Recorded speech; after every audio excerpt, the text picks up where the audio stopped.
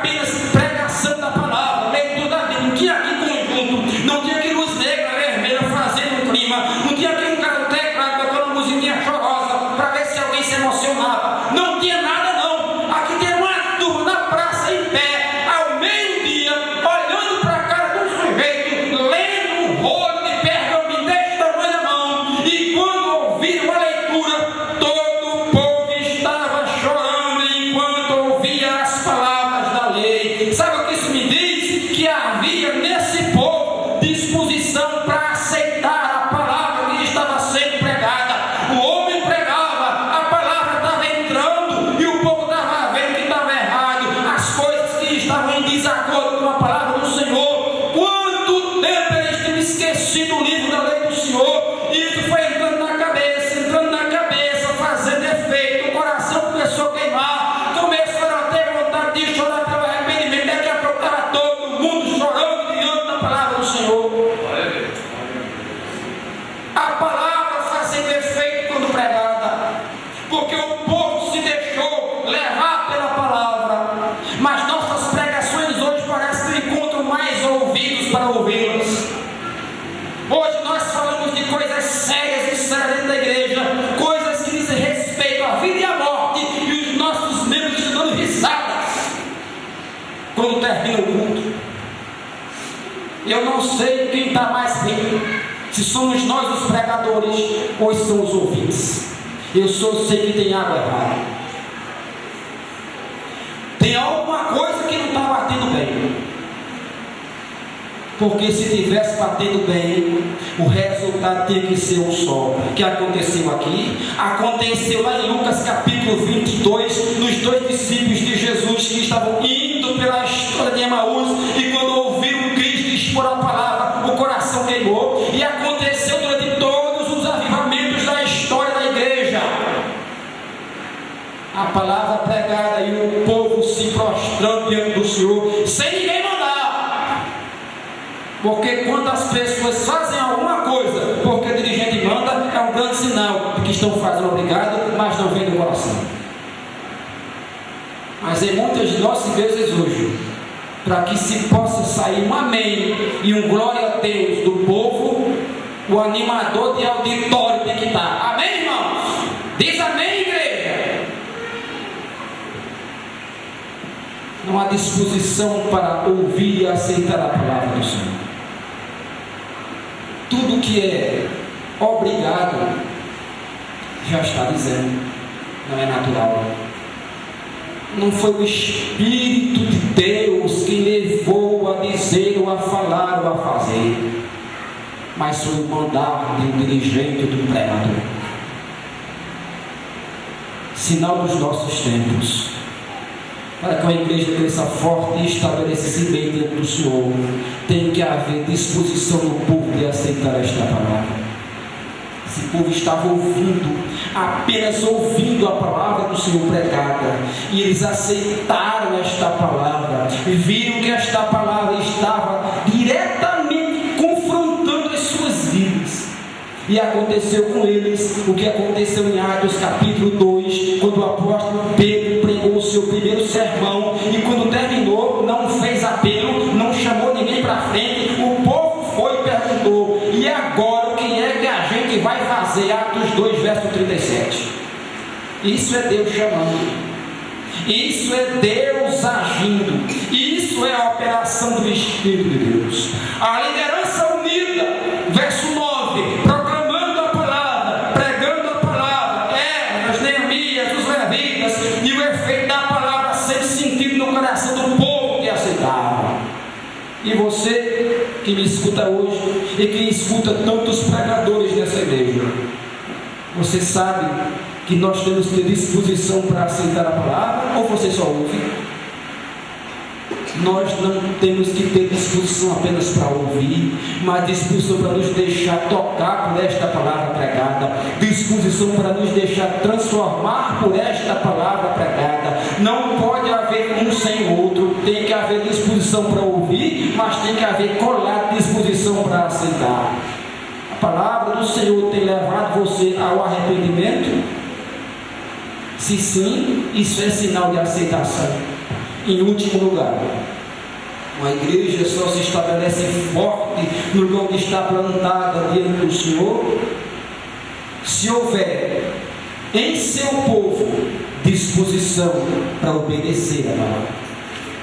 Nos versos 13 ao verso 17, diz que o povo, depois que ouviu os homens pregarem e ensinarem a palavra, descobriram que justamente no mês que eles estavam, que era o mês 7, tinha uma festa que todo Israel fazia e que fazia muito tempo que o povo não fazia mais, porque estavam esquecidos da palavra, esquecidos das coisas de Deus. Então, opa, aqui está falando da festa e o mês é esse, então o que a gente tem que fazer? Nós temos que fazer. Verso 13: no segundo dia do mês, os chefes de todas as famílias, sacerdotes e os levitas reuniram-se com o escriba Esdras. Para quê? Para estudarem as palavras da lei. Descobriram que o Senhor tinha ordenado por meio de Moisés que os israelitas deveriam morar em tendas durante a festa do 7º mês. Então, se é para fazer, verso 15: por isso anunciaram em todas as cidades em Jerusalém: saiam às montanhas, tragam ramos de oliveira cultivada, de oliveira silvestre, de murtas, de tamareiras e de árvores frondosas, para fazerem tendas conforme está escrito. Está escrito, nós temos que obedecer. Uma das marcas de um avivamento dentro da igreja é a disposição para a obediência à palavra do Senhor. É aquilo que acontece quando a palavra de Deus é pregada.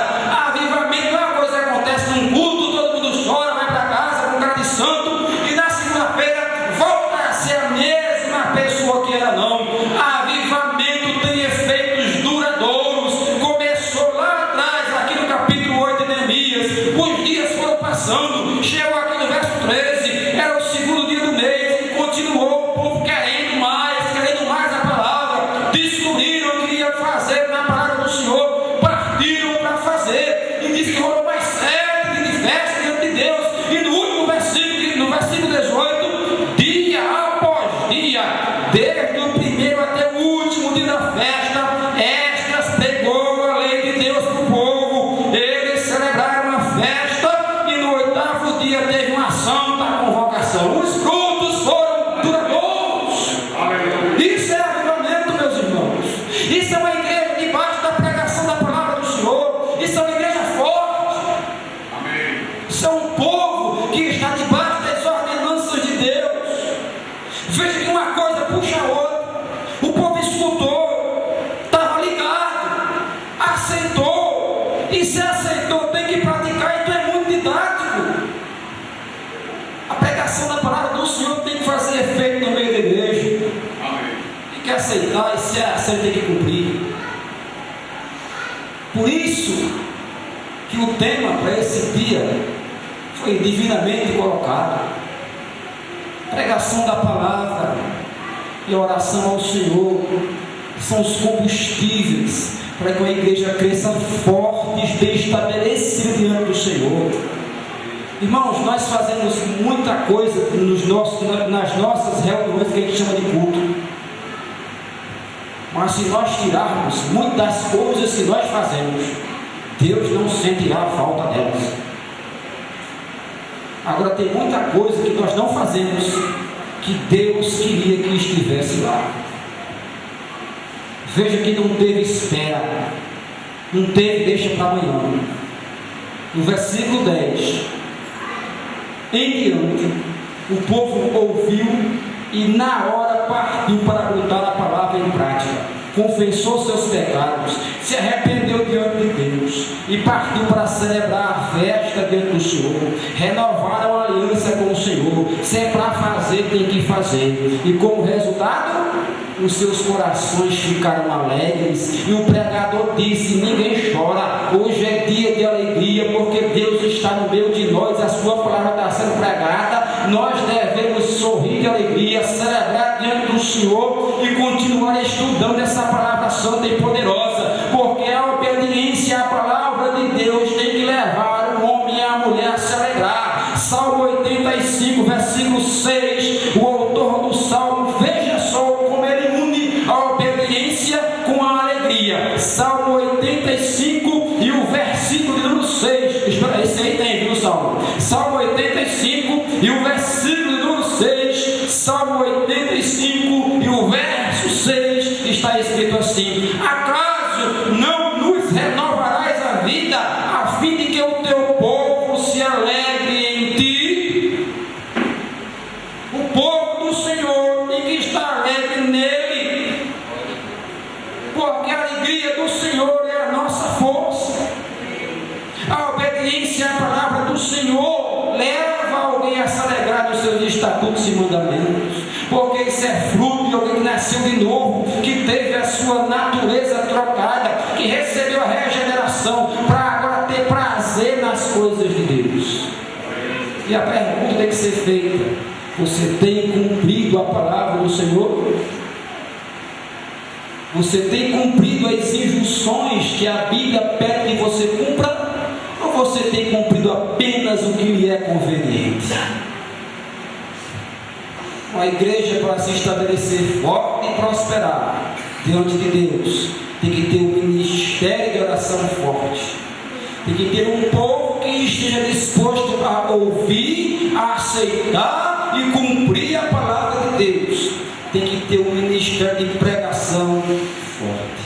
Com essa receita, não tem comunidade que não dê certo, não tem igreja que não seja estabelecida como uma igreja forte do Senhor. Agora, se esses requisitos, nós teremos muitas casas com muita gente dentro, fazendo uma coisa que parece culto, com cara de crente, roupa de crente, linguajar de crente, mas longe do ideal que Deus pede de nós na sua palavra sagrada. Deus nos dê a luz, Deus nos dê do seu Espírito Santo, para que nós possamos fazer o que a sua palavra pede de nós.